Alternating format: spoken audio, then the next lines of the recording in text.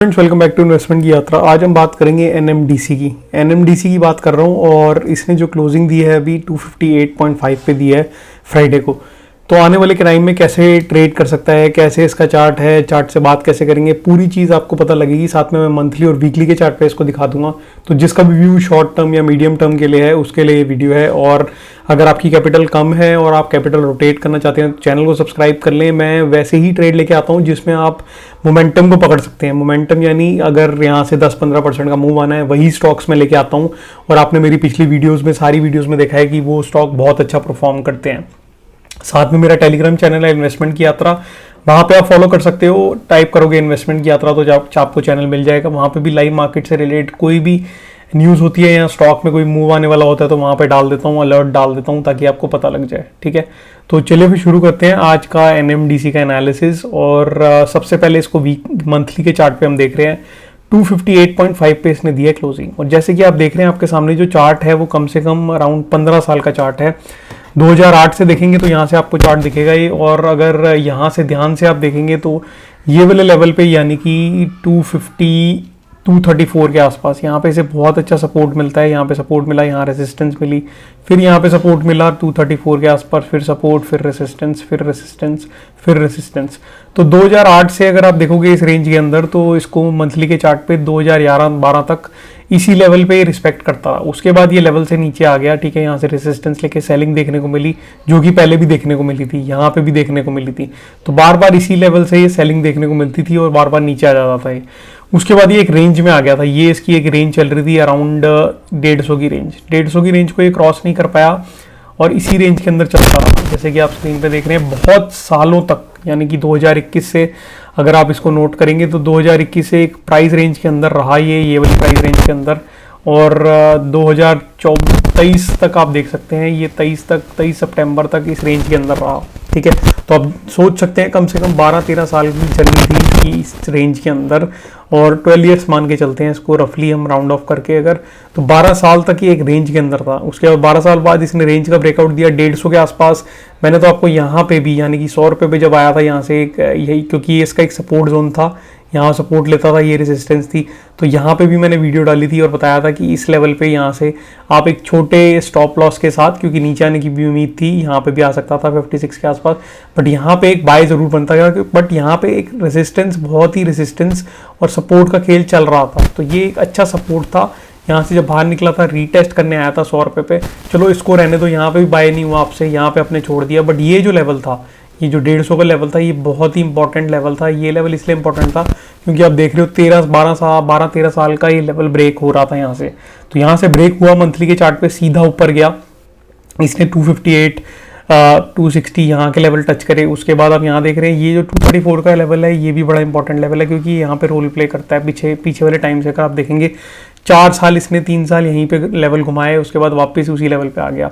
But यहाँ से जब ऊपर गया था एक रीटेस्ट इसमें बनता था। ये वाली जो कैंडल इसमें बनी है इस मंथ में अभी तक, ये विक जो बनाई है इसने, ये रीटेस्ट करके चला गया। यहाँ पे रीटेस्ट करके इस लेवल पे, ये जो रीटेस्ट लेवल थे यहाँ से रीटेस्ट करके वापस ऊपर गया। तो यहाँ पे एक बहुत अच्छा इंपॉर्टेंट बाइंग जोन था।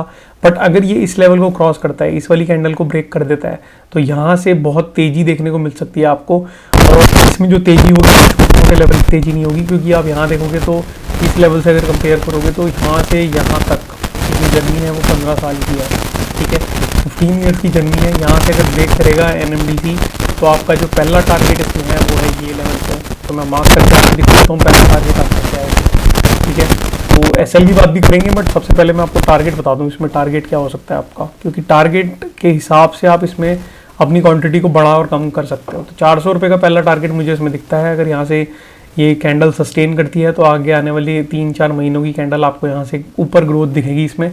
और 400 के लेवल इसमें देखने को मिल सकते हैं। अब 400 के लेवल कैसे आएंगे, क्या न्यूज़ आएगी वो मुझे नहीं पता, बट चार्ट के हिसाब से जो मैंने पैटर्न, इतने हज़ारों चार्ट्स देखता हूँ मैं, उसमें देखे हैं, उसमें यही पैटर्न मेरे को अच्छा लगा है कि ये पैटर्न रिपीट हो सकता है। क्योंकि यहाँ पे आपने देखा यहाँ पे ब्रेकआउट पहला आया था, ये फर्स्ट ब्रेकआउट कह सकते हो आप, BK1 ब्रेकआउट 1, यहाँ पे आप कह सकते हो BK2।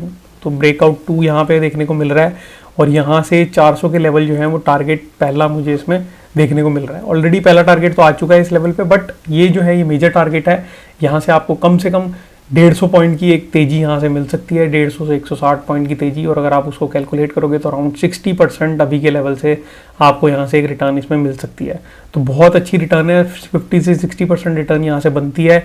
मंथली के चार्ट पे आपको क्लियरली दिख रहा है कि 15 साल का इसमें एक ब्रेकआउट आ रहा है और 400 का इसके लेवल आराम से रीच हो जाएंगे, क्योंकि बीच में कोई मेजर रेजिस्टेंस नहीं दिख रही है। यहाँ से जब भी 15 साल का ब्रेकआउट आता है तो स्टॉक में तेजी ज़रूर होती है, फास्टली मूव होता है वो।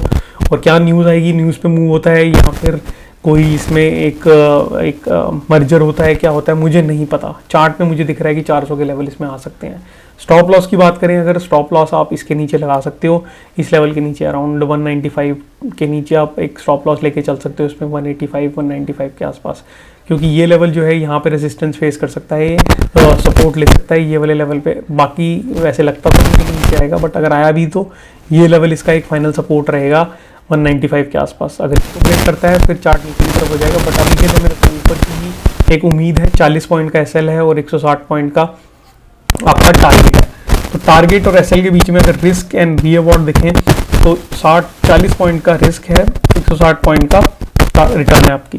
तो 1:4 रिस्क एंड रीअवार्ड रेशियो जो है ये आइडल रेशियो से भी ऊपर की है, क्योंकि आइडल रेशियो 1:2 होती है मेरे हिसाब से, ये तो आइडल से भी ऊपर है। तो आपको एक अच्छा खासा इसमें गेन देखने को मिल सकता है। ठीक है, ये मेरा व्यू था, अपना खुद का एनालिसिस करें, अपने फाइनेंशियल एडवाइजर से पूछकर भी ट्रेड लें। बट अगर इसको आपको वीकली के चार्ट पे दिखाऊं तो वहाँ पे भी आपको थोड़ा सा और कॉन्फिडेंस आ जाएगा जब आप चार्ट देखोगे, क्योंकि यहाँ पे आपको थोड़ी बहुत क्लैरिटी इसलिए मिलेगी क्योंकि ये इसमें 200 मूविंग एवरेज जो आप देख रहे हो, 200 मूविंग एवरेज भी स्टॉक मैंने आपको पहले बताया जब भी आता है तो तेज मूवमेंट लेता है। तो यहाँ से आपने देखा तेज मूव आया, यहाँ पे आया 200 मूविंग एवरेज, फिर तेज आया, फिर 200 मूविंग एवरेज पे आया, यहाँ से फिर तेज देखने को मिला। अब यहाँ से आप देखोगे तो ये वाला जो इसमें ब्रेकआउट हो रहा है 2011 का बीके मंथ, ठीक है, ये ब्रेकआउट आपको यहाँ देखने को मिल चुका है। यहाँ पे रीटेस्ट करने आया था, रीटेस्ट करके अब ऊपर की तरफ जा रहा है और यहाँ से वीकली के चार्ट से आपको सीधा ऊपर जाता हुआ दिख जाएगा। तो यही मेरा व्यू है कि एनएमडीसी को आप एक अच्छा स्टॉक मान के अपना खुद का एनालिसिस करके धीरे धीरे क्वांटिटी को ऐड कर सकते हो। बाकी आने वाले दिनों में अगर कोई इससे न्यूज़ आती है इससे रिलेटेड या फिर स्टॉक में कुछ तेज़ी दिखती है तो मैं दोबारा अपडेट डाल दूंगा ज़रूर वीडियो, या फिर टेलीग्राम पे अपने पोस्ट कर दूंगा। तो चैनल को सब्सक्राइब कर लें, वीडियो को लाइक करें, कमेंट करें। अगर कोई स्पेसिफिक स्टॉक के बारे में पूछना है मैं वो भी आपको बता दूंगा, और अगर कोई स्टॉक के बारे में पूछना है तो आप टेलीग्राम पे भी मुझे मैसेज करके पूछ सकते हो चैनल को फॉलो करके। बाकी अभी के लिए इस वीडियो में इतना ही, मैं मिलता हूँ नेक्स्ट वीडियो में, तब तक के लिए सेफली ट्रेड करें। Thank you friends, take care, bye.